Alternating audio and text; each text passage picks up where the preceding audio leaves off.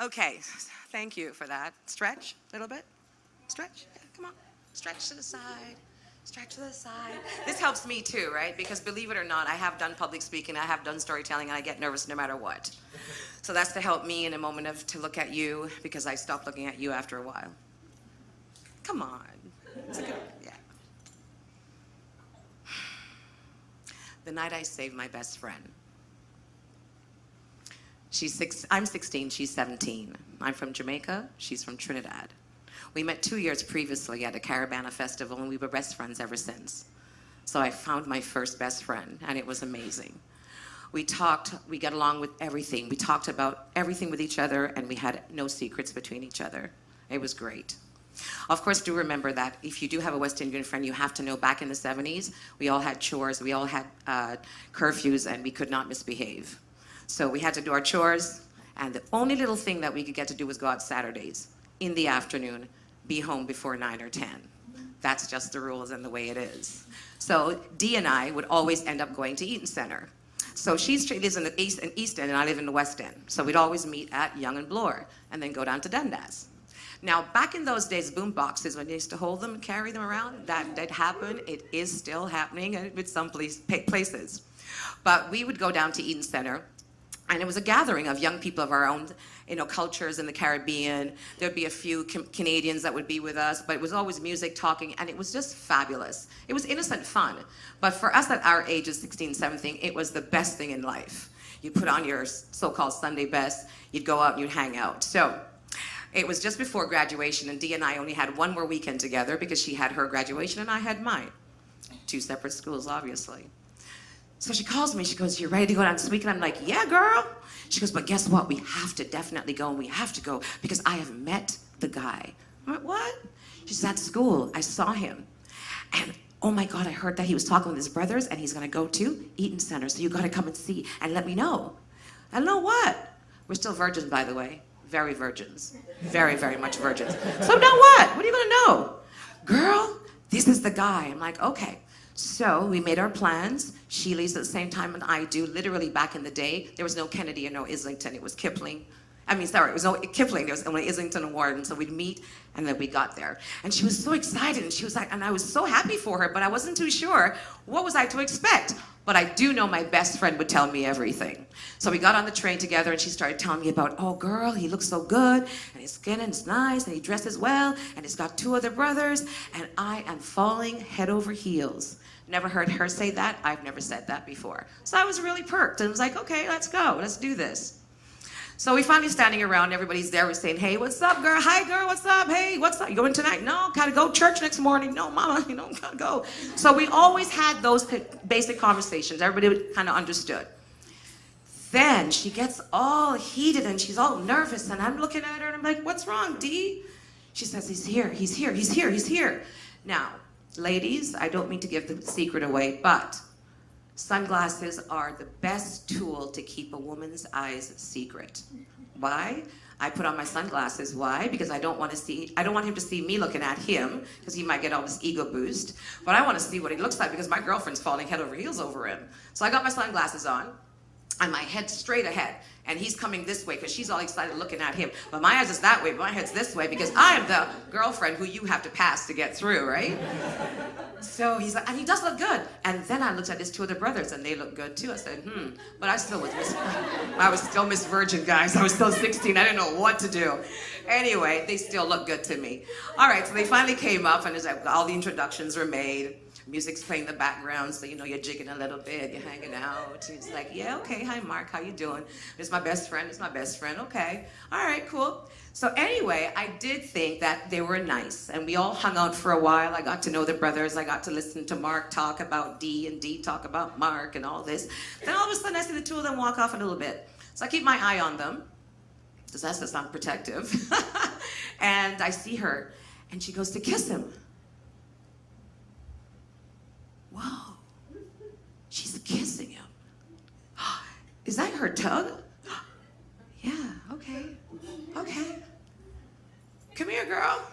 What's going on? Girl, this is him. Honestly, Duchess, this is him. I'm like, okay, I can tell. We actually had a great time. We had to say our goodbyes because we cannot afford to go in 1 minute after curfew or you do anything for the following weekend. We said our goodbyes, got on the subway train, and she started talking and telling me everything that they said, and it was exciting. I was happy for her. I wasn't jealous. We didn't have any secrets, so it was really good. It was a nice feedback, and I felt good, and so did she. I was happy for her. We said our goodbyes, we were excited. We told each other what we were going to wear at our graduations and then what we'd planned to meet the next weekend, or the 2 weekends after that. So I decided to call her because I got home, everything was fine. I decided to call her midweek because, of course, we always did that and caught up with each other. I call her, and her sister answers. So I'm like, hey, let me talk to Dee. She goes, she's not here, Duchess. I said, what do you mean she's not there? It's nighttime, it's after 9 o'clock. She's not here. So I hear this concern in her voice. And I said, what do you mean? What's going on? She goes, Duchess, she doesn't live here anymore. What do you mean? She left. She went to go live with Mark. What do you mean? We haven't heard from her in 4 days. What do you mean? She gives the phone to her mother. Her mother comes on the phone. My heart's beating. My hands are shaking. They're sweating, and I don't know how to really understand what she's saying to me. Mother comes on and says, Duchess, Dee no longer lives here. She went to live with this man. We don't know where she is, and she calls us.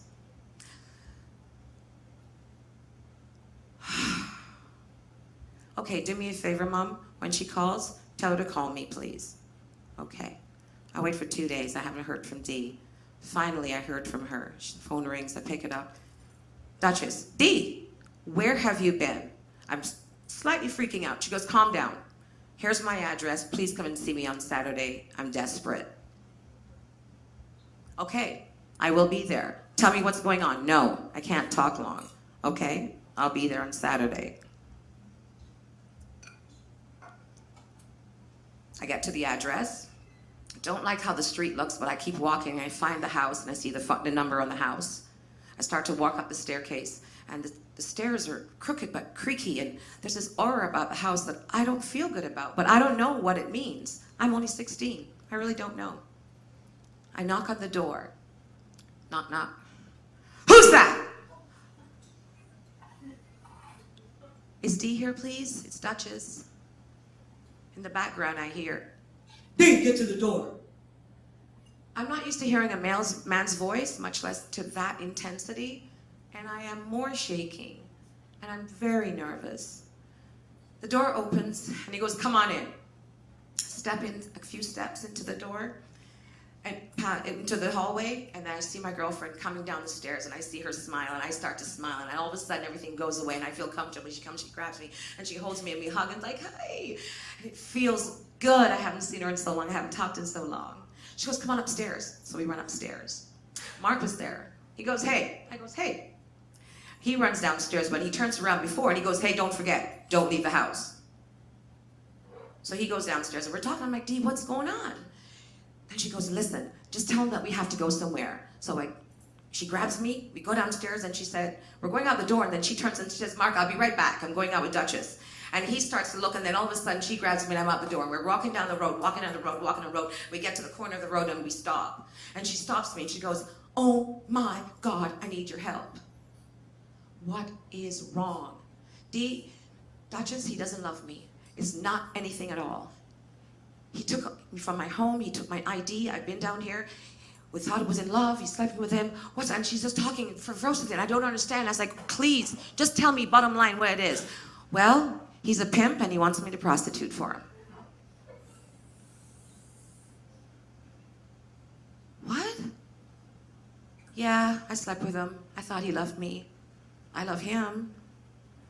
But he took all my ID. I can't call my parents because he's going to hurt them. And I don't know what to do. I don't know what to do either. But I look at her and I hold her. And all I found myself saying is, don't worry. I'm going to get you out of this. Don't worry. We walked back to the house, said our goodbyes, but my only command to her was, please make sure you answer the phone in a couple of days when I call you. We said our goodbyes. I walked back towards the subway. I didn't know what I was thinking. I didn't know what to think. I didn't know how to feel. I just had this urgency and this pain and this hurt and all these emotions that I didn't know or didn't know what way it was happening, how to explain it. So I finally get home. My mom says, "What's wrong?" I said, "Nothing." She goes, "Something's wrong." I said, "I can't tell you right now." I go to my room and I say, "How am I going to help Dee? I don't know what to do." Finally, I remember in high school, there's this tall, wonderful, big, strapping young man, and his name was Cosmo. And nobody plays with Cosmo. Nobody. He was like this high, and he was like strapping, and six-pack, and he walked like that. So I called him up and I said, "Cosmo, it's Duchess." He goes, "Girl, what's up?" I'm like, "I need to talk to you. My girlfriend, she's been taken by a guy who says he's a pimp. She can't get her ID." And this is how I'm really talking, because I don't know how to really explain this story, but with all the hesitations, and my mouth is dry, and my hands are shaking, and my heart is beating. And he goes, "What?" He goes, I told him the whole story. So he gives me a plan, and he says, "Don't worry, I'm going to help you." Gives me a plan. I called Dee the next day, and I said, "Listen, girl, here's the plan. Be ready. Just get your stuff together and be ready." So a couple days later, the plan is now put into effect. I'm supposed to meet Cosmo at the corner of the house, and he would meet me there, and then I would know what is going to happen. So this is what transpired. Got to the corner. He's there with a taxi cab with two other nice, big, wonderful, strong men. I feel comfortable. I'm like, oh, such a relief. Don't know what's going to happen, but I feel okay. And then he says to me, "You're going to go to the house, you're going to knock on the door, you're going to go upstairs, get your girlfriend, get her stuff. You're going to actually stay up there until you hear a signal, and when you hear the signal, you come outside, and then you go into the cab." Okay? Now, I say okay confidently, but I still don't know how I'm going to do this. So I walk up those crickety stairs again, and they're creaking, and then I'm waiting, and my heart's pounding, and I cross my fingers behind my back, just begging for her to answer the door. Knock, knock, knock. "Who da?" "It's the Duchess. What you want?" "Dee, please."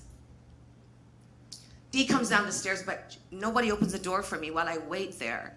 No one opens the door, but I hear she's coming down the stairs, and then she gets to the door and opens it. She looks at me, but she's not smiling. I'm not smiling, but we hug. We go upstairs. All her stuff is packed.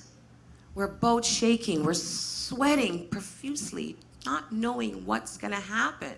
I tell her, "Don't worry. Just don't worry. Don't worry. Shh." So Mark shouts up from downstairs, "Yo, we're going outside." "Oh, good. Okay, no problem." They're going outside. Finally, we're alone. And then, all of a sudden, I tell her, "Listen, we've got to get out of the house. We've got to get out of the house. I don't know what I'm going to be hearing. I don't know what's going to happen, but all I know is we're going to get out of the house." So we pack our stuff, we search for her ID. We finally found her ID and her passport. Oh my God, it's time. We're almost there. We're almost there. Then the door opens. And then we hear all these men talking. It's Cosmo. He's back with his friends. "How are we going to do this?" I see a window. I look through the window. There's a fire escape. "Dee, get your black ass out that window now. I'm right behind you." Then there's somebody's coming up the stairs. Then it goes back down the stairs. "Go, go, go, go." And then I'm downstairs, and all of a sudden we're right going through the house, in between the two houses, and I crouch down. I didn't wait for a signal because I'm so nervous. I'm only 16. But then all of a sudden I hear Cosmo's voice, and they're on the stairs. I duck down more, and Cosmo comes out and he goes, "Yo, we know what you're doing in this house. And if you don't leave by tomorrow morning, we're going to call the cops."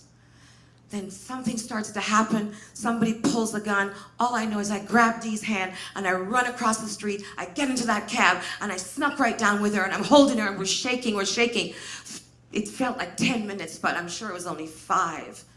Gentlemen come back in to the car, and then we look around, and we're driving away from the house.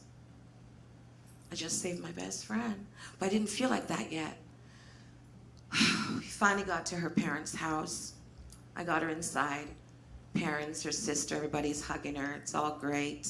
I tell her I'll talk to her tomorrow. She hugs me and says, thank you. It was nothing. At that point, it felt like nothing after victory. Next day, I didn't hear from her. So that next night, I called. And I said, hey, where's Dee? I want to talk to her. She's gone. What do you mean she's gone? Where is she? We put her on a plane this morning, took her back to Trinidad. What? We flew her out of here. Without saying goodbye to me? Sorry. We just wanted her out of here. I never heard from my best friend again. 30 years goes by. Out of the blue, my sister says she saw her sister, and she's a number. Dee's now living back in Toronto. I called the phone. It didn't ring. I was excited. I really was. I was hurt, but I was excited. I decided not to leave a message. I called back, and then I heard that such familiar voice. It's like, Dee, Duchess. It didn't feel like no time had passed, but there was so much time that passed. We met, we hugged. She caught me up on everything. But all I could ask her was, why didn't you say goodbye to me? She was ashamed. I said, why? I'm your best friend.